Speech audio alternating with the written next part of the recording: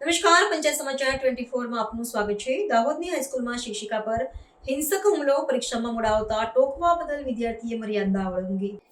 દાહોદ નગરની પ્રતિષ્ઠિત એસ.જે. દવે ઉચ્ચતર માધ્યમિક શાળામાં પરીક્ષા દરમિયાન વિલંબ થયા બદલ ઠપકો આપતા એક ઉદ્ધત વિદ્યાર્થીએ મહિલા શિક્ષક પર શારીરિક હુમલો કરી લાફા ઝીકી દીધા હોવાની શરમજનક ઘટના બની છે।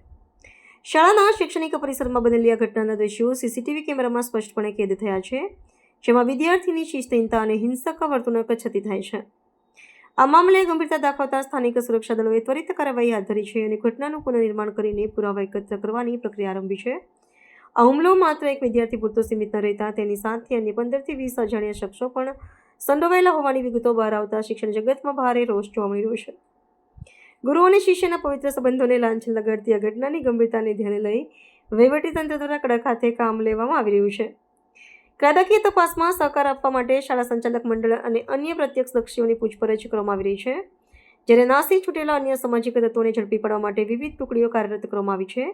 ભવિષ્યમાં શૈક્ષણિક સંસ્થાઓમાં શિક્ષકોની સુરક્ષા સુનિશ્ચિત કરવા અને આવા તત્વોમાં કાયદાનો ભય જન્માવવા માટે દાખલારૂપ કાર્યવાહી કરવાની ખાતરી સત્તાધીશો દ્વારા આપવામાં આવી છે।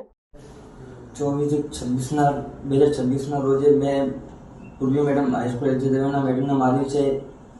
એના હું તો સોરી કહું છું। ને આજથી બીજા કોઈ પણ શિક્ષક કે શિક્ષિકા પર હાથ પડવા જોઈએ નહીં।